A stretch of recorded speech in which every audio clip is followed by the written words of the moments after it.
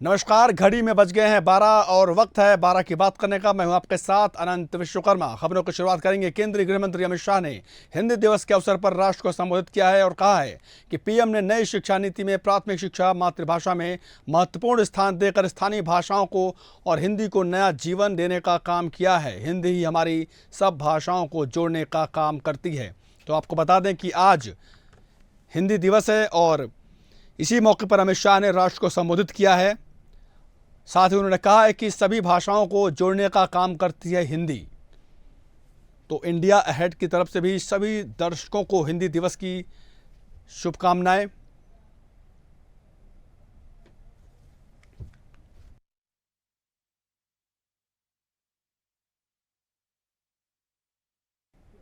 राष्ट्रपति द्रौपदी मुर्मू 19 सितंबर को उज्जैन आएंगी। यहां वे सबसे पहले रुद्राक्ष होटल के पास 6 लेन का भूमि पूजन करने के बाद स्वच्छता कर्मियों का सम्मान करेंगी और श्री महाकालेश्वर मंदिर के दर्शन करने जाएंगी।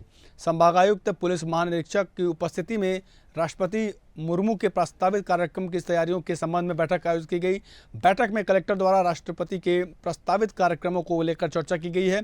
पुलिस महानिरीक्षक ने प्रोटोकॉल अनुसार जिले में राष्ट्रपति के प्रस्तावित रूट के अतिरिक्त वैकल्पिक रूट की व्यवस्था भी किए जाने के निर्देश दिए हैं। उन्होंने कहा कि पुलिस लाइन स्थित हेलीपैड जाने वाले मार्ग की चौड़ाई को बढ़ाएंगे। प्रशासनिक अधिकारियों के लिए भी आवश्यक व्यवस्थाएं किए जाने के निर्देश दिए गए हैं।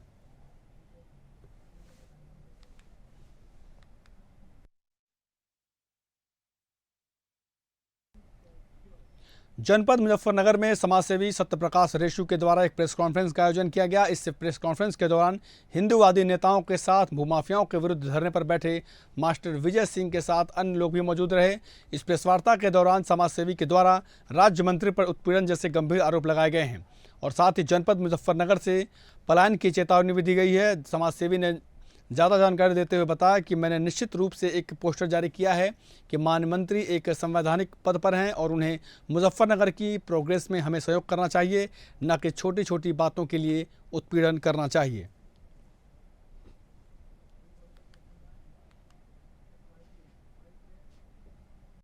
मैंने निश्चित रूप से एक पोस्टर जारी किया था कि माननीय मंत्री कपिल देव जी एक बड़े ही संवैधानिक पद पे हैं और उन्हें मुजफ्फरनगर की प्रोग्रेस में हमें सहयोग करना चाहिए, न कि छोटी छोटी बात के लिए उत्पीड़न करना चाहिए।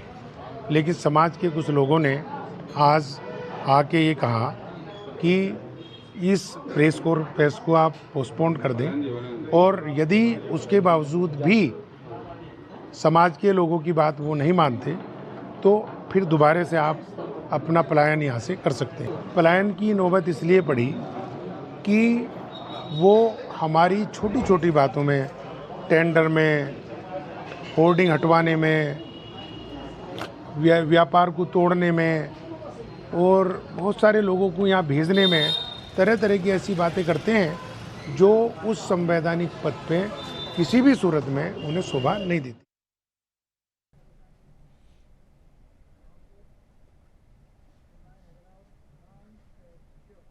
जीवनसाथी.com से संपर्क में आए हरियाणा के एक युवक ने रामपुर की एक युवती को शादी का झांसा देकर हवाई यात्रा के टिकट से भेजकर बुलाया विशाखापट्टनम, जिसके बाद होटल में रखकर युवती के साथ रेप की वारदात को अंजाम देने का आरोप लगाया है।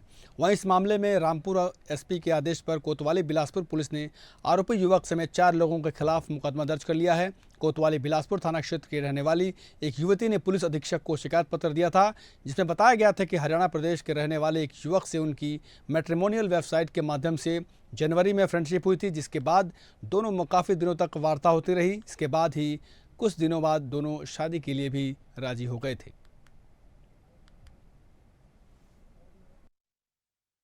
एक महिला के द्वारा यह आवेदन पत्र दिया गया था कि उसका संपर्क शादी.com के माध्यम से एक व्यक्ति से हुआ और फिर उन्होंने शादी करने से इनकार कर दिया। इसी बीच संबंध इत्यादि बनाने के संबंध में आरोप अंकित किए गए थे। जांच से घटना सही पाई गई। इस संबंध में थाना बिलासपुर पर सुसंगत धाराओं में अभियोग पंजीकृत करने के निर्देश दिए गए हैं। अभियोग पंजीकृत है, विवेचना प्रचलित है।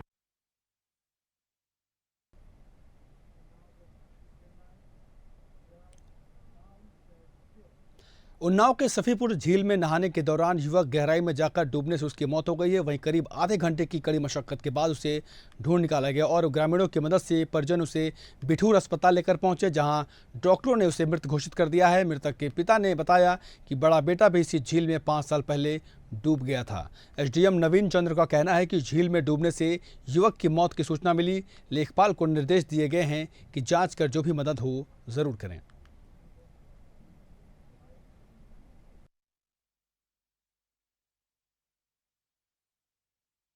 मगर यहाँ कोई आज तक कोई सुविधा नहीं हुई। लोग शासन प्रशासन जनप्रतिनिधियों को कागज़ लिखने के देते रहे, लोग लेते रहे, मगर कोई यहाँ सुनवाई नहीं होती है। जैसे कि शेरपुर गांव है, ननारी है, लुखरिया है, मनियापुर है, माढ़ापुर है, उलरापुर है, तेजापुरवा, इतने सारे गांव के लोग ये इसी रास्ते से गुजरते हैं। बात यह है कि यहाँ पर जो है सिर्फ घर बने हुए हैं लोगों के, और जितनी भी खेती है सब इसी पानी के उस पार है।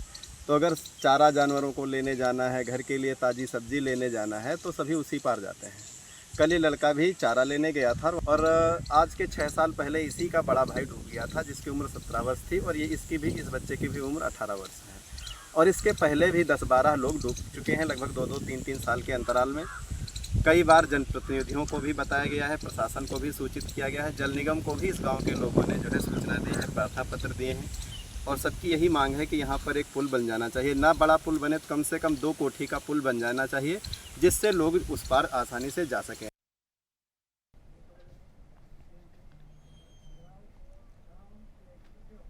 धार्मिक नगरी उज्जैन हमेशा से लोक परंपराओं से जुड़ी नगरी है। यहाँ पर लोक पर्वों पर बड़े आयोजन देखने को मिलते हैं। इन्हीं लोक पर्वों में से एक है तेजा दशमी का पर्व। तेजा दशमी पर्व पर कई आयोजन किए जाते हैं। परंपरा अनुसार अपनी मन्नत पूरी होने पर श्रद्धालु तेजाजी महाराज को छतरी मिशान अर्पित करते हैं। तेजाजी मंदिर में दर्शन पूजन के लिए बड़ी संख्या में श्रद्धालुओं की भीड़ उमड़ती है। ग्रामीण क्षेत्रों के अलावा शहर के तेजाजी मंदिरों में भी बड़ी संख्या में लोग पहुँचते हैं और लोक परंपरा के मुताबिक यहाँ पूजन करते हैं। तो तेजा दशमी के पर्व पर कार्यक्रम का आयोजन, श्रद्धालुओं ने अर्पित की छतरी, और बता दें हर साल यहाँ पर हज़ारों की संख्या में जो भक्त हैं वो उमड़ते हैं।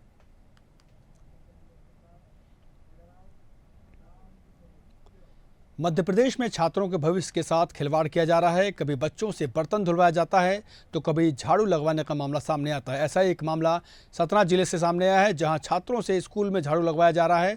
दरअसल ये पूरा मामला विकास खंड शिक्षा अधिकारी कार्यालय उचेहरा के अंतर्गत हाई स्कूल लोहरौड़ा का बताया जा रहा है, जहाँ पर प्राचार्य टेबल पर पैर रखकर गप्पे लड़ाते हुए दिखाई दे रहे हैं। बच्चों के हाथों में झाड़ू और पानी निकालने का ये वीडियो सोशल मीडिया पर जमकर वायरल हो रहा है। वहीं इस मामले में जिला शिक्षा अधिकारी ने बताया कि ये वीडियो हमने देखा है। वीडियो में कुछ बच्चे झाड़ू लेकर साफ सफाई कर रहे हैं। कक्षाओं में पानी भी भरा हुआ दिखाई दे रहा है। इस संबंध में प्राचार्य से जानकारी लेकर जो भी आवश्यक कार्रवाई होगी वो जरूर की जाएगी।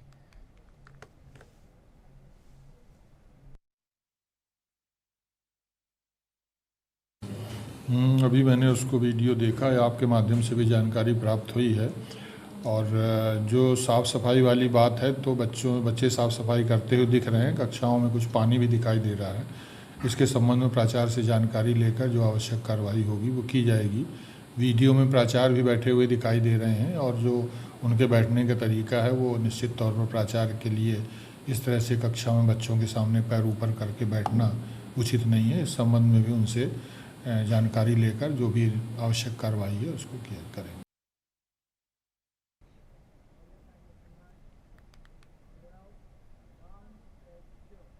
देश में आंगनबाड़ी केंद्रों को प्री प्राइमरी के रूप में संचालित करने की सरकार की योजना है, जिससे निजी स्कूलों के प्ले ग्रुप मॉड्यूल की बराबरी की जा सके। लेकिन वर्तमान में आंगनबाड़ी केंद्रों की हालत बेहद ख़राब है। मध्य प्रदेश के उमरिया जिले में संचालित आंगनबाड़ी केंद्र लगभग 7 महीने से बंद पड़ी हुई है। तस्वीरें आप देखिए।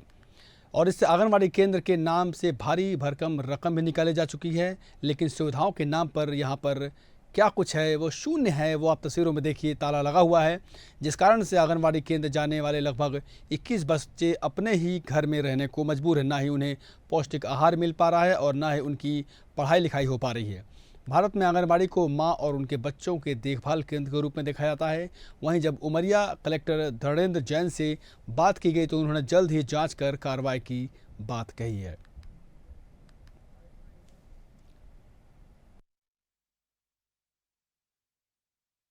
हो गया, मैं ही खोल देता हूँ कभी कभार। जब मायके गई हैं तो फिर आंगनबाड़ी कि चाबी घर पे है। आंगनबाड़ी आज क्यों नहीं खोले? आज की मैं दूसरे जगह गया था, अभी उमरिया गया था। मेरे बैंक में थोड़ा काम था, भाई उधर उमरिया में ही है अभी। बच्चों को पढ़ाता कौन है जब मम्मी नहीं तो? हो गया, खोल देते हैं, तो खाना ना बन जाता है, कोई नहीं पढ़ाता। जी एक पढ़ता है लड़का, लड़की स्कूल में जाती है। कब से नहीं गए नो आंगनबाड़ी? आंगनबाड़ी अपनी बहन के साथ जाती है कभी कभार, और आंगनबाड़ी नहीं खुलता तो नहीं जाती। कब से बंद? जी 7-8 महीने हो गए आंगनबाड़ी बंद है।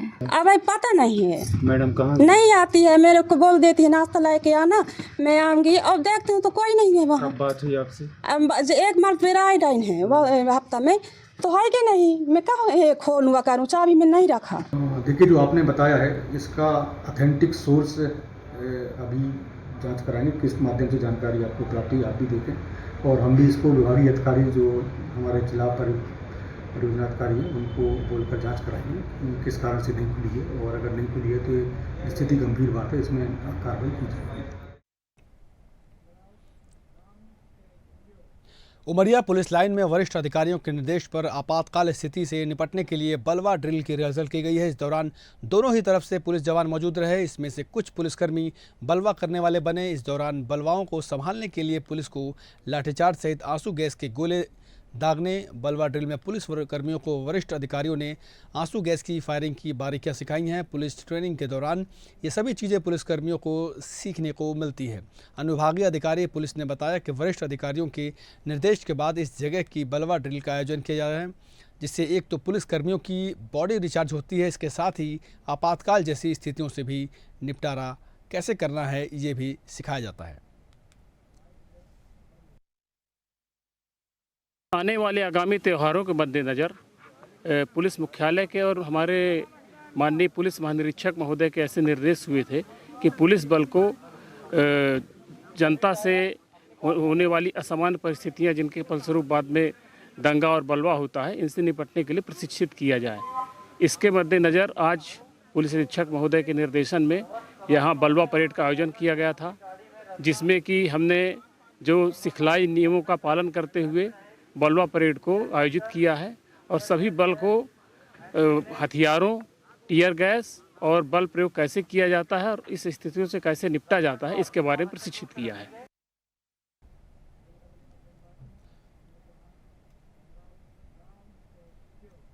छत्तीसगढ़ के चर्चित कोयला घोटाला मामले में एक बार फिर से बड़ी कार्रवाई हुई है। इस मामले में जेल में बंद सौम्या चौरसिया की मुश्किलें बढ़ गई हैं। दरअसल आयकर विभाग ने उनके ऊपर कार्रवाई की है। सौम्या चौरसिया की प्रॉपर्टी को अटैच कर दिया गया है। ये संपत्तियां बेनामी संपत्तियों के तौर पर अटैच की गई हैं। बताया जा रहा है कि आयकर विभाग ने 50 से ज़्यादा प्रॉपर्टी को अटैच किया है। अटैच की गई प्रॉपर्टी में रियल एस्टेट प्रॉपर्टीज़, बैंकों में जमा राशि शामिल है। आयकर विभाग ने अटैच की गई प्रॉपर्टी के बाहर बोर्ड भी लगाया है। बता दें कि आयकर विभाग की जांच में सामने आया था कि सौम्या चौरसिया ने कोयला घोटाले के जरिए अवैध तरीके से प्रॉपर्टी बनाई थी। अब इस आधार पर विभाग ने कार्रवाई करते हुए उनकी संपत्तियों को अटैच किया है। बता दें कि सौम्या चौरसिया फिलहाल कोयला घोटाला मामले में जेल में बंद हैं।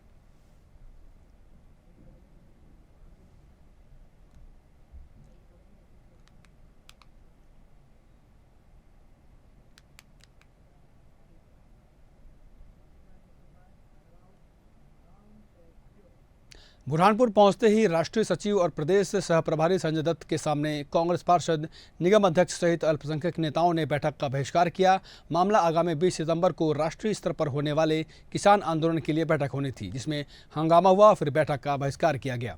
पार्षद दल का आरोप है कि निष्क्रिय जिला अध्यक्ष रिंकू टॉक ने बैठक की सूचना नहीं दी। अल्पसंख्यक नेताओं के साथ भेदभाव किया जा रहा है। देखिए, ऐसा है कि भारतीय जनता पार्टी ये डिक्टेटर स्टाइल से चलती है और हम देख रहे हैं कि भारतीय जनता पार्टी में नेता और कार्यकर्ताओं की आवाज़ किस तरीके से दिल्ली से लेके गली तक दबाई जाती है। किसी को बोलने का अधिकार नहीं रहता। ऊपर से जो निर्देश आता है उस निर्देश के अनुसार बीजेपी में कार्यकर्ता को घुटन महसूस होते हुए भी काम करना पड़ता है। कांग्रेस एक लोकतांत्रिक पार्टी है। कांग्रेस के सभी परिवार के सदस्य एकजुट हैं। एक परिवार में हर एक सदस्य को अपनी बात रखने का अधिकार है। और जब कोई कार्यक्रम होता है, जब कोई चुनाव होता है, जब कोई भी महत्वपूर्ण बात होती है तो पूरा परिवार एकजुटता से दिखाई देता है। धन्यवाद। आप ही बताइए पहले। लेकिन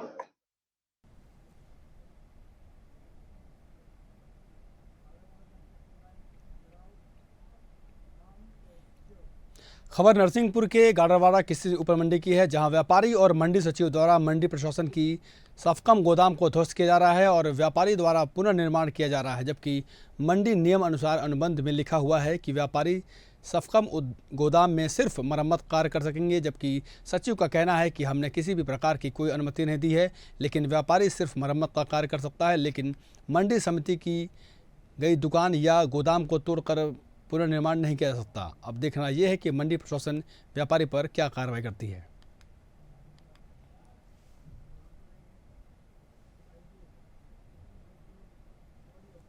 पूर्व में संबंधित फार्म द्वारा मरम्मत हेतु आवेदन दिया गया था, लेकिन नियम 2001 के जो अनुबंध शर्त थी आवंटित हुआ था, उस समय शर्त 16 में स्पष्ट दिया गया है कि यदि दुकान जो हम आज आपको आवंटित कर रहे हैं उसमें कोई भी कमी या कोई भी टूट फूट हुई, उसके लिए संबंधित दुकानदार मरम्मत कार्य करके हमको देगा। क्या उसके छत भी गिरा सकता है? वो उसकी समस्या है। हमें तो जैसी दुकान दी थी जिस हालत में स्वरूप चेंज नहीं कर सकता। छत भी यदि वो जो भी कर रहा है, कुछ भी मरम्मत कार्य कर रहा है, उसको हमें जैसी हालत में थी जो हमें आवंटन के समय वो अच्छी करके देगा, चाहे उसको पर वो किसी हालत में करे।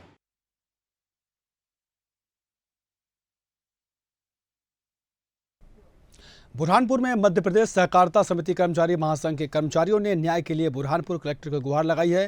विक्रेताओं ने बताया कि कोरोना काल में जिला प्रशासन द्वारा ऑफलाइन खाद्यान्न वितरण करवाया गया था, जिसे पीओएस मशीन में दर्ज नहीं किया गया। इसके परिणामस्वरूप पीओएस मशीन में अंतर दिख रहा है, जबकि इस अंतर के आधार पर उपभोक्ता दुकानों और संस्था प्रबंधकों को नोटिस जारी किए गए हैं। इसके साथ ही नागरिक आपूर्ति निगम ने इस अंतर की राशि विक्रेताओं के कमीशन से काट ली है, जिसके भुगतान की भी मांग की गई है। मध्य प्रदेश सहकारिता कर्मचारी महासंघ के पदाधिकारियों द्वारा जो निर्देश दिए गए हमें कि 13 तारीख को अपने अपने जिला मुख्यालय पे कलेक्टर महोदय को, खाद्य अधिकारी जी को, आयुक्त महोदय को एक ज्ञापन सौंपा जाए। विगत वर्षों से हम हड़ताल करते चले आ रहे हैं। कोरोना काल में जो पीओएस मशीन में स्टॉक अंतर थे वो आज तक घटाए नहीं गए। विक्रेताओं के खिलाफ में एफआईआर हो रही है, क्योंकि उस टाइम में ऑफलाइन वितरण करने का आदेश जिला स्तर पे दिया गया था। उस संबंध में हम 10 तारीख को महासंघ के माध्यम से मुख्यमंत्री महोदय के कार्यालय भी गए थे मिलने।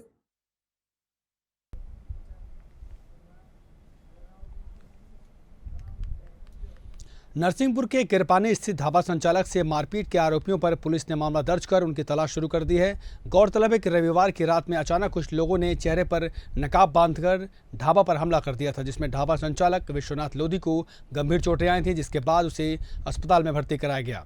पीड़ित ढाबा संचालक के बड़े भाई ने एसपी को आवेदन देकर जल्द हमलावरों पर कार्रवाई की मांग की। तस्वीरें देखिए किस तरह से मारपीट की गई थी, ये सीसीटीवी की तस्वीरें हैं। अब एसपी को आवेदन देकर जल्द हमलावरों पर कार्रवाई की मांग की गई है। एसपी महोदय जी कहाँ आए थे हम आवेदन लेके, जो 12 आरोपी हैं छोटे भाई के साथ मारपीट की है, अभी तक एक भी नहीं पकड़े हुए। तो हमको भी लगता है कि मतलब हमारे साथ भी ये घटना न घटित हो जाए, क्योंकि हम भी ढाबा चलाते हैं, रात देर तक आना जाना करते हैं यहाँ नरसिंहपुर, इसीलिए सुरक्षा के लिए आए थे। थाना सुगातला में दशरथ लोधी हैं जो वैभव ढाबा का संचालक है, उनके द्वारा रिपोर्ट की गई थी कि एक पुरानी बुराई पर से अप्रैल माह में यशवंत लोधी उनके ढाबा में शराब पीने के लिए बाद से विवाद हुआ था। तत्समय उन्होंने अप्रैल माह में पुलिस की सहायता से उनको समझाया था और फिर उसी बात को लेकर यशवंत लोधी अभी कल अपने साथियों के साथ आए थे और ढाबे में घुसकर उनके साथ दशरथ लोधी के साथ मारपीट किए थे। दशरथ लोधी जो ढाबा संचालक है उसकी रिपोर्ट पर धारा 109 BNSS और मारपीट की और भी अन्य गंभीर धाराओं के तहत लगभग यशवंत लोधी और 3-4 नामजद लोग हैं और अन्य जो उसमें फुटेज में दिख रहे हैं सभी के खिलाफ मामला दर्ज किया गया।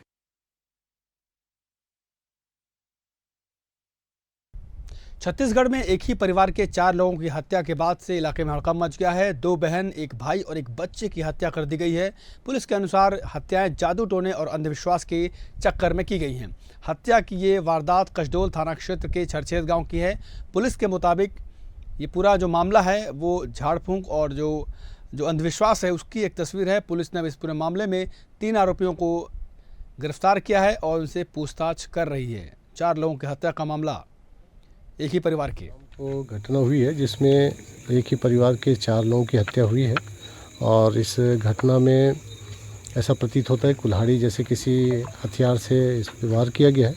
3 संदेहियों से पूछताछ की जा रही है। एफएसएल की टीम भी अभी आने वाली है, घटना का मुआयना करेगी और फिर आगे की कार्रवाई की जाएगी। संदेहियों की गिरफ्तारी तो हुई है, क्या कुछ मामला निकलकर सामने आ रहा है? संदेहियों से पूछताछ चल रही है अभी। तो टूही पकड़ना मतलब टूही के सच में हत्या की बात निकलकर सामने आ रही है। ये विवेचना का विषय है कि किस कारण से ये घटना हुई। लखनऊ के सुल्तानपुर हाईवे के पास खुरदही बाजार में किसानों ने अनिश्चितकालीन के लिए धरना प्रदर्शन शुरू कर दिया है, जहां क्षेत्र में कम दाम पर जमीन अधिग्रहण करने को लेकर सैकड़ों की संख्या में नाराज लोगों ने प्रदर्शन किया। दरअसल गोसाईगंज ब्लॉक के 11 गांव में टाउनशिप विकसित हो रही है, जिसको लेकर किसानों की ज़मीन का अतिक्रमण किया जा रहा है। वहीं टाउनशिप के लिए अधिग्रहित हो रहे ज़मीन का किसान विरोध कर रहे हैं।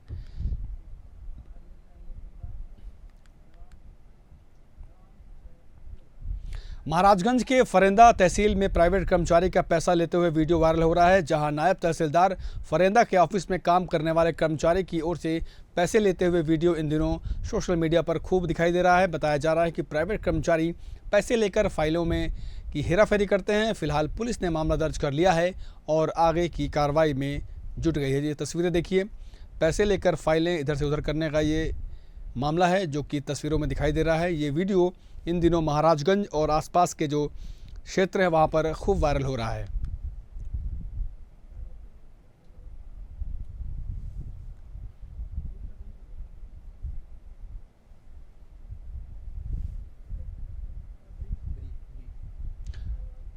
तो फरेंदा तहसील का पूरा मामला जहाँ प्राइवेट कर्मचारी पैसे लेकर फाइलों में हेरफेर करते हैं और ये जो वीडियो आप तस्वीरों पे देख रहे हैं ये सोशल मीडिया पर काफ़ी वायरल हो रहा है।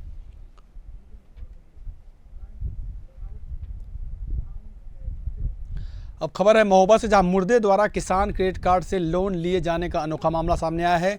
20 साल पहले मर चुके किसान ने हाल ही में 4,30,000 रुपए का लोन लिया है। मृतक किसान के पौत्र ने जब खतौनी की नकल निकलवाई तो वो देखकर दंग रह गया कि दादा की मौत के 20 साल हो गए हैं और वो लोन किसने लिया है। महोबा में बैंक के दलालों का अजब गजब कारनामा सामने आया, अन्य हर कोई हैरान है। परिजनों ने इस मामले की जाँच कराकर कार्रवाई की मांग की है।